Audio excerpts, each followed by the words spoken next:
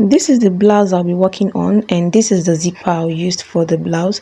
So I'll go ahead and open it up. This is what it looks like after I've opened it up. This zipper now, I'm going to place the zipper at the end of this my blouse this way. Then I'll turn it. As you can see, just watch what I'm doing so that you do the same thing. After I turn, I'll pin it down. I'll pin it down from this tip here this way. I'll pin it this way from this point all the way to the neckline. While I'm pinning down, I'll make sure that the fabric and the zipper is lying flat. There's no gathered area. As you can see, I'm already at the neckline and we have a little bit of excess on the zipper, but not to worry, that will be taken care of. So I'm going to go to the sewing machine and stitch down. I'm going to make sure I follow this zipper allowance I stitched down before. I'm going ahead to attach the zipper to the fabric, and this is what it looks like.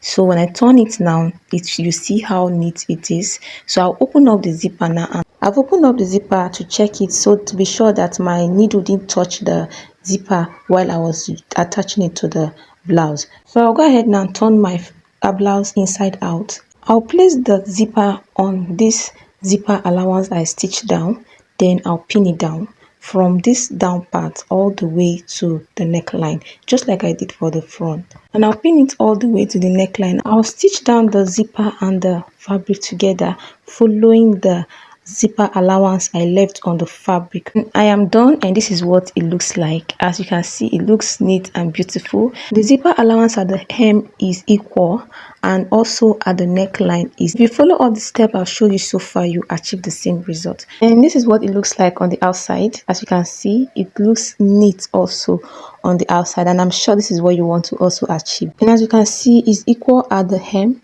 and also equal at the neckline. In order to eliminate this excess zipper, I'll open the zipper up this way and I'll fold it into my zipper allowance, and I will stitch down. Now if I stitch down this way, thread will show outside my fabric, and I don't want that to happen. So I'm just going to open up this way and just stitch it down. Once I stitch it down this way and I close it up, that I won't have to see any thread. And I'm done closing it up, and as you can see how neat it is, there's no thread outside.